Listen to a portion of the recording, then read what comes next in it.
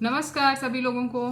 आज हम फिर से एक बार बात करेंगे अपनी प्यारी दुलारी बहन करुणा नंदी के बारे में, जिन्होंने मैरिटल रेप में जो है स्पेशल एक पिटीशन फाइल किया हुआ है। जो लोग पूछ रहे थे कि उस पर तो फैसला आ गया, सरकार ने मना कर दिया।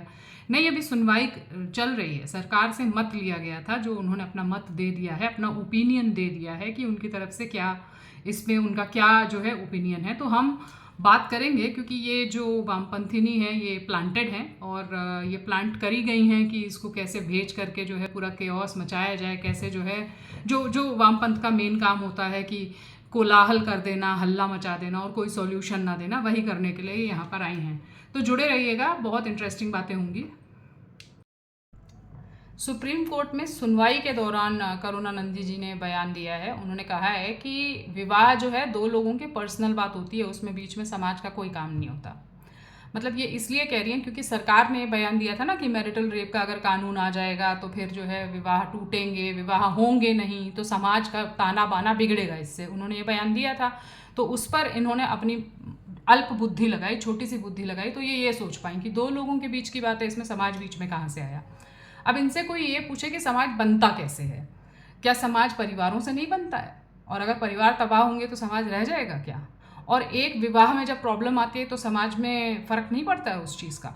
अभी ये बात कह रही हैं, लेकिन बाकी सारे मैट्रिमोनियल लॉज आप देख लीजिए, जब एक महिला मैट्रिमोनियल लॉ यूज़ करती है पूरे परिवार पर प्रभाव आता है। सिंपल सा एक कानून देख लीजिए, CRPC 125। जब गुजारा भत्ता किसी लड़के को देना पड़ता है, चाहे वो अपनी माँ को देना पड़े उसे या फिर उसको पत्नी को देना पड़े, तो दूसरी चीज़ें उसके लाइफ की प्रभावित होंगी।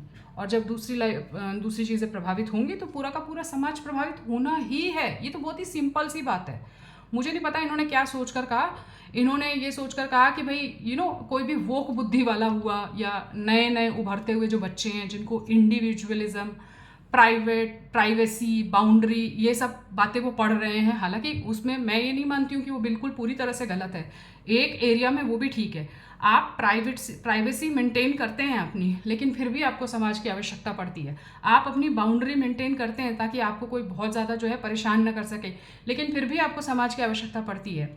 अब इनसे कोई ये पूछे कि इनकी बातें मानकर यदि कोई महिला अपने परिवार से सब तोड़ ले कि ये तो मेरे और हस्बैंड के प्राइवेट मैटर है, मुझे किसी की क्या ज़रूरत, और उसके बाद वो अलग रहने लग जाए, तो उसके बाद फिर क्या होगा? हम देख चुके हैं कि इस तरह की घटनाओं में जो है फिर बाद में वो अटैची में लाशें मिलती हैं, फिर वो कटी हुई कहीं मिलती है। उस समय ये लोग गायब हो जाएंगे। ये मैंने पहले भी किसी वीडियो में कहा था। ये जो बहुत ज़्यादा इंडिविजुअलिज्म, प्राइवेसी और अकेले रहना, ये सब जो सिखा रही हैं, इससे समाज का ताना बाना बिगड़ेगा। सरकार बिल्कुल ठीक बात कह रही है, क्योंकि फिर इन महिलाओं के ऊपर किसी भी तरह के चेक्स एंड बैलेंसेस नहीं रह जाते हैं। फिर ये बहुत वल्नरेबल हो जाती हैं कि इनको कहीं भी जाकर जो है कोई भी इनको बरगला सकता है। और आप कहेंगे क्या महिला मूर्ख होती है? भाई आप एग्जाम्पल्स देख लीजिए ना, मेरे कहने से क्या है, आपके अपने आसपास इस तरह के एग्जाम्पल मिल जाएंगे। अकेली महिला को मूर्ख बनाना बहुत ज़्यादा आसान है। जिसके ऊपर किसी का भी साया ना हो, उसको बरगला लेना, उसको फुसला लेना, उसको समझा लेना बहुत ज़्यादा आसान है। और इसीलिए आपको जो है इतनी सारी घटनाएं अब देखने को भी मिल जाएंगी। देखिए, ये लोग चाहते हैं कि महिलाएं जो है ऐसे अकेली छूट जाएं, वल्नरेबल छूट जाएं, बेचारी होके छूट जाएं, ताकि फिर समाज उनका पूरा फ़ायदा उठा सके। मैं बार बार कहती हूँ कि जितने लड़के फेमिनिस्ट हैं वो सिर्फ इस वजह से हैं, वो लड़कियों को बहुत ज़्यादा अधिकार देने की बात इसीलिए कर रहे हैं ताकि ये महिला सबसे झगड़ा कर ले, अकेली हो जाए, तब फिर ये पुरुष उसका अच्छे से फ़ायदा उठा सकेंगे। आप ये सोच कर देखिएगा, इसमें एक बहुत ही सिंपल सी पॉइंट है, और इसको बहुत गहराई से भी सोच के देखेंगे तो इसमें कई सारे आयाम आपको दिख जाएंगे, नज़र आ जाएंगे। अच्छा, ये तो हम बार बार महिला की बात कर रहे हैं। जब ये कह रही है ना कि ये दोनों जो है महिला पुरुष, एक प्राइवेसी की बात है, और फिर उसके बाद महिला अधिकार की बात आ जाती है कि ये दोनों प्राइवेट हैं, तो अब इसको अपनी प्राइवेसी का हक है, इंडिविजुअलिज्म का हक है। ठीक है। पुरुष के अधिकारों की कहाँ बात होगी फिर?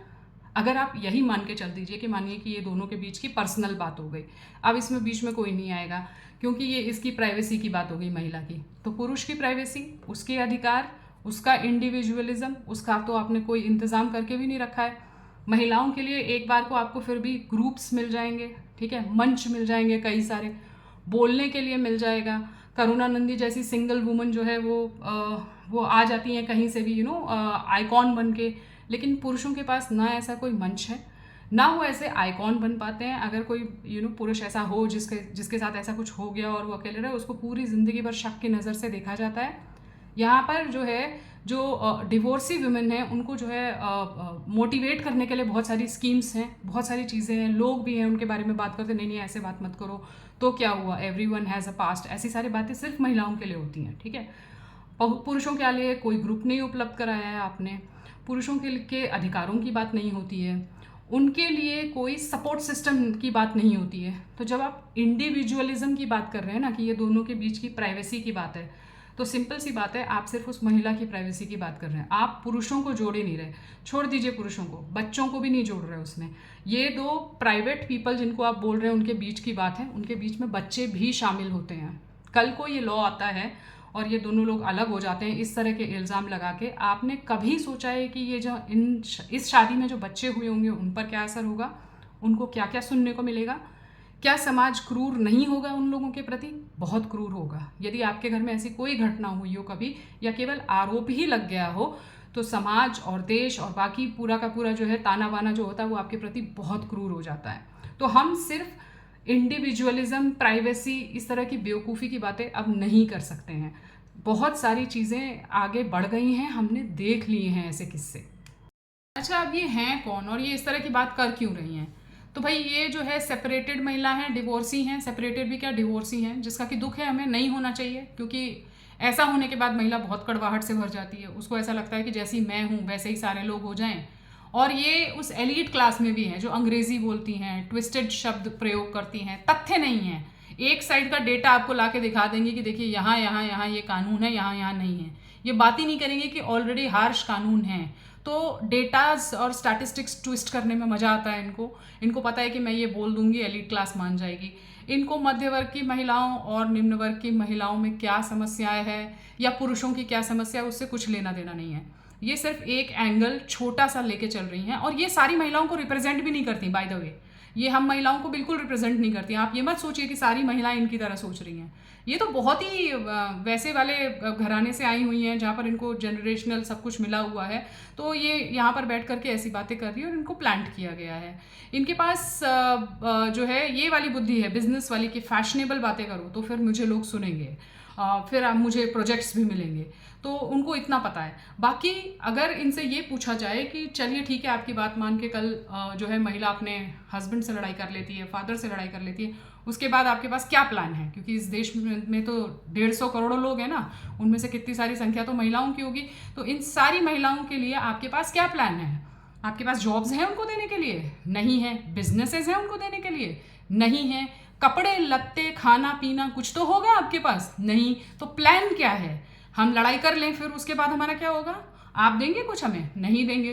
किसी भी फेमिनिस्ट के पास कोई प्लान नहीं है। बाय द वे, आप किसी से भी जाकर पूछो, प्लान कुछ नहीं है।